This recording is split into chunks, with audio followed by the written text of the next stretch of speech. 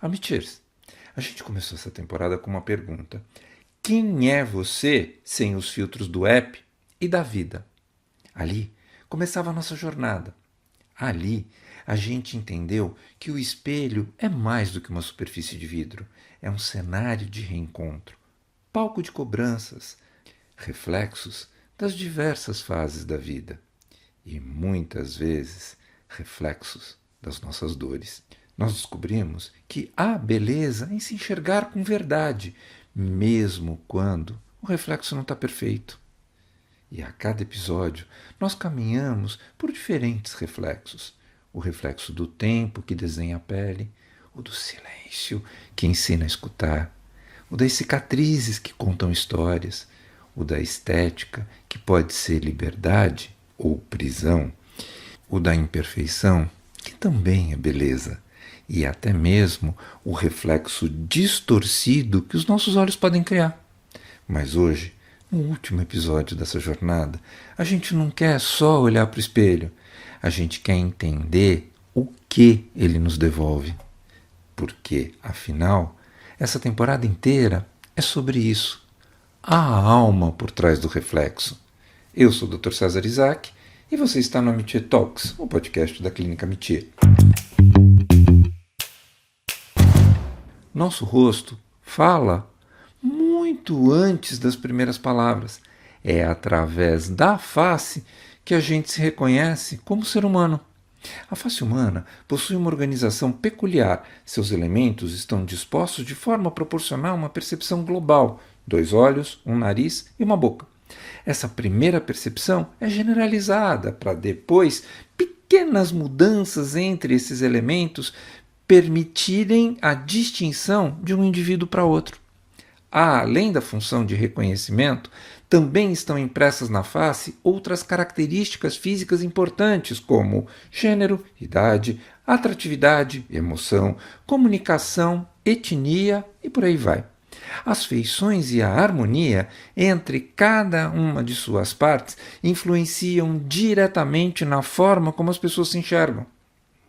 É por isso que se fala tanto sobre a relação entre simetria facial e beleza.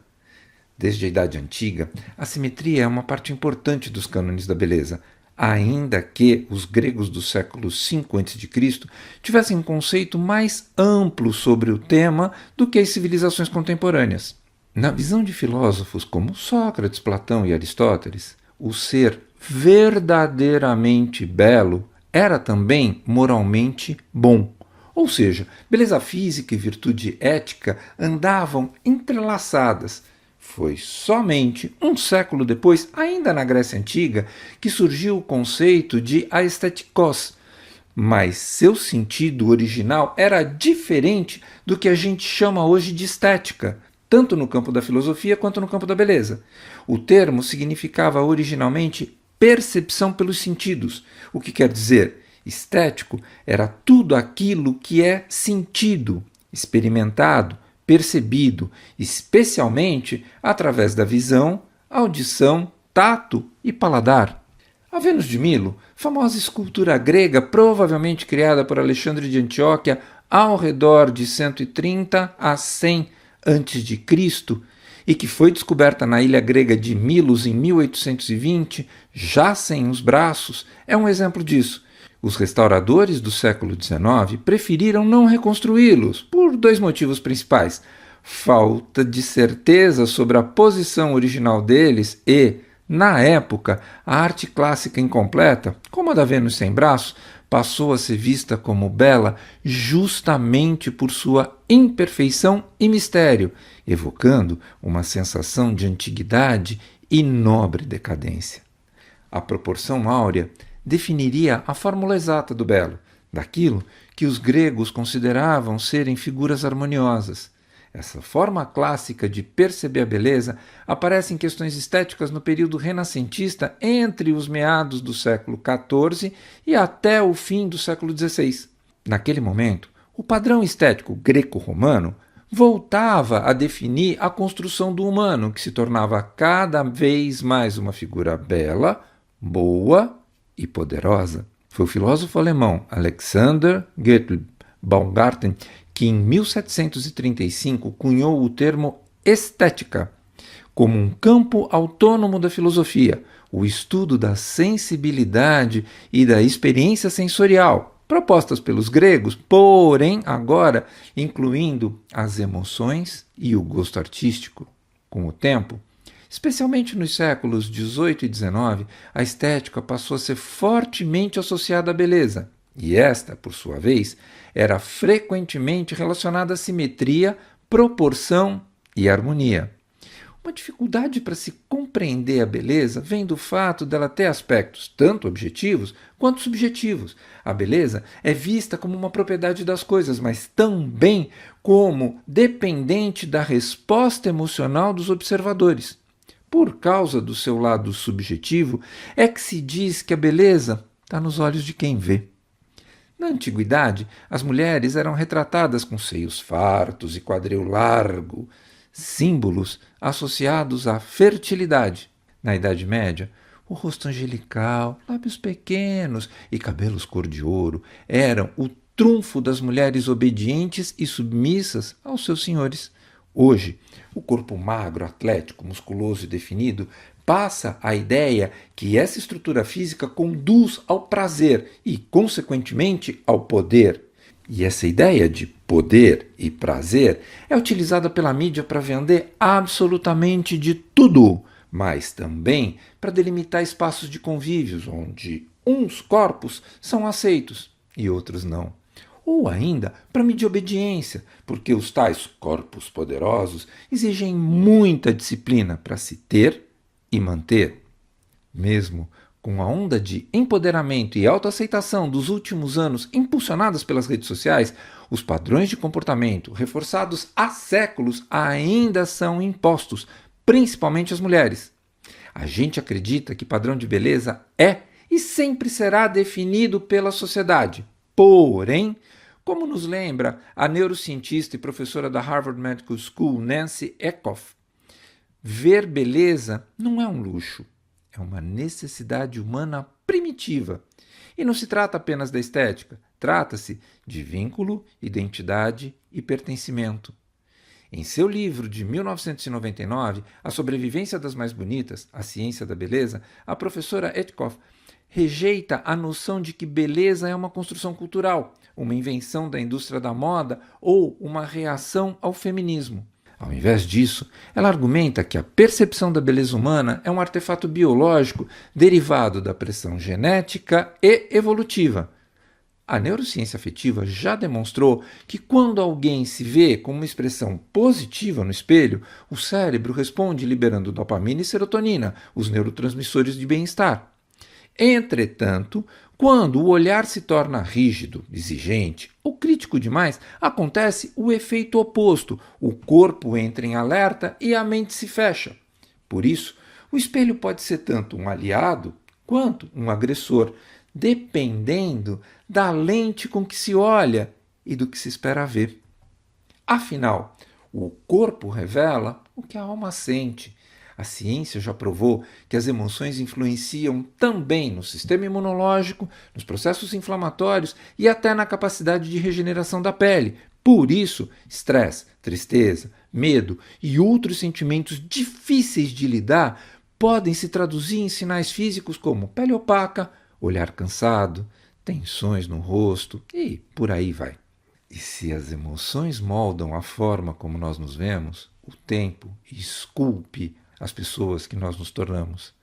É esse Senhor absoluto que nos ensina que envelhecer não precisa ser um fardo. Pode simplesmente ser expressão da história, de afeto, de conquistas. Mas, para isso, é fundamental que a gente mantenha um estilo de vida saudável, compartilhar esse tempo com os amigos e, sobretudo, levarmos a vida com leveza, aprendendo a rir de nós mesmos. Segundo estudos da Universidade de Yale, pessoas que encaram o envelhecimento de forma positiva vivem em média 7 anos e meio a mais do que aquelas que o veem com negatividade crônica. Porém, quando o excesso de estímulo nos afasta da elegância de se permitir amadurecer, a alma pede silêncio. Um silêncio que, longe de ser ausência, é presença.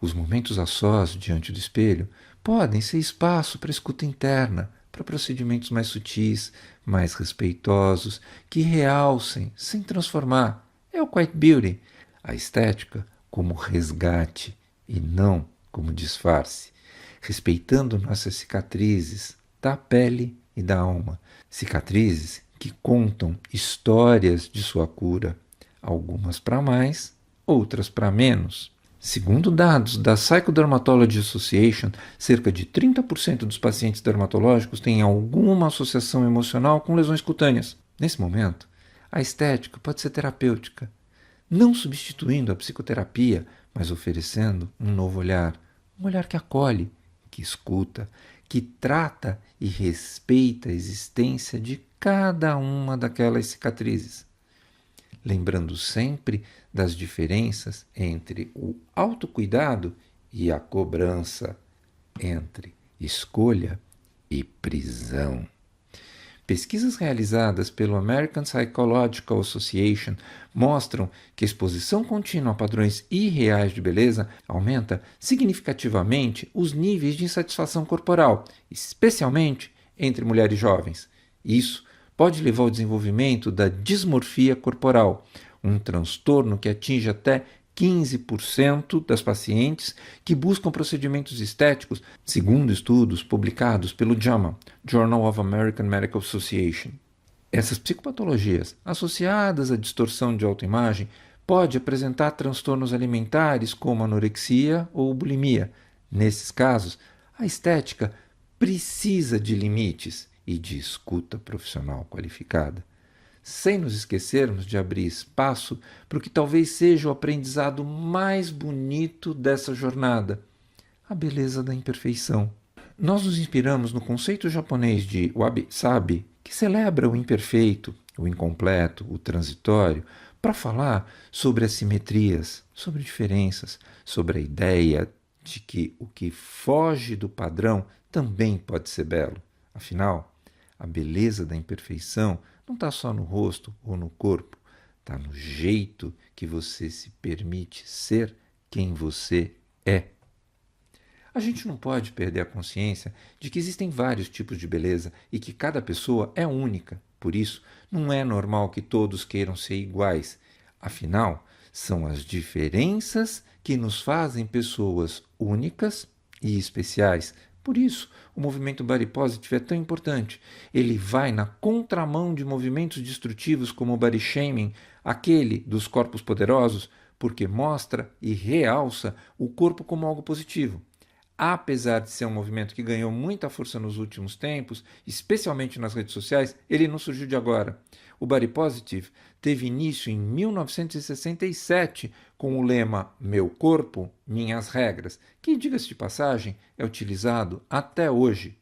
Ao longo dos anos, os adeptos do movimento passaram a lutar também contra a discriminação de outras características que não são tidas como belas, por não representarem o corpo padrão imposto pela sociedade. Dessa maneira, o Body Positive conseguiu dar visibilidade às diferenças e fazer com que a gente lide com mais leveza com os desafios de quebrar os tais padrões estéticos. Em um mundo que nos convida o tempo todo a melhorar, corrigir, aperfeiçoar, a estética que deveria ser cuidado tantas vezes vira cobrança. Mas a beleza não está no exagero, nem na busca sem fim. Como a gente já disse, a pele melhora, mas o olhar continua duro. O corpo define, mas a insatisfação permanece. O sorriso alinha, mas a leveza não vem. Por quê? Porque o problema nem sempre é estético. Muitas vezes é emocional.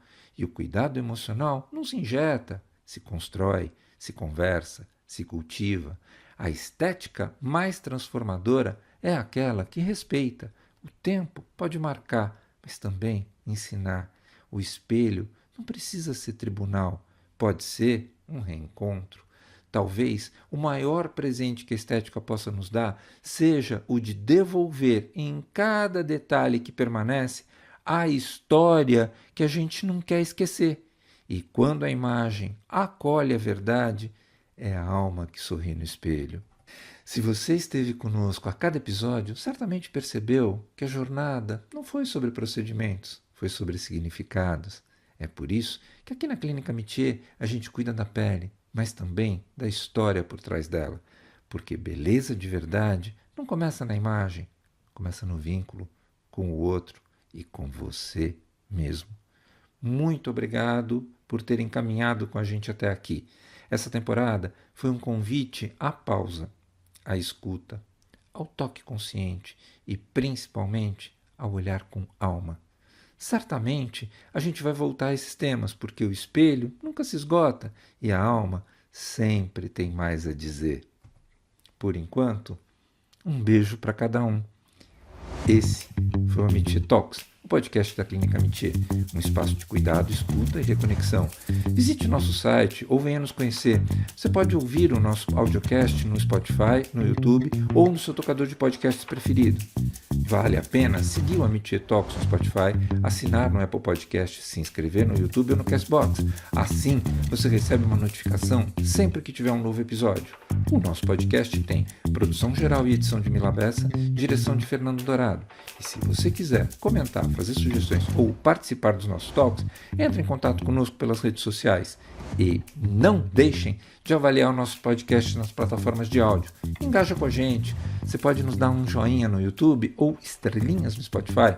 Isso é muito importante. Eu sou o Dr. César Isaac e fico por aqui até o nosso próximo encontro.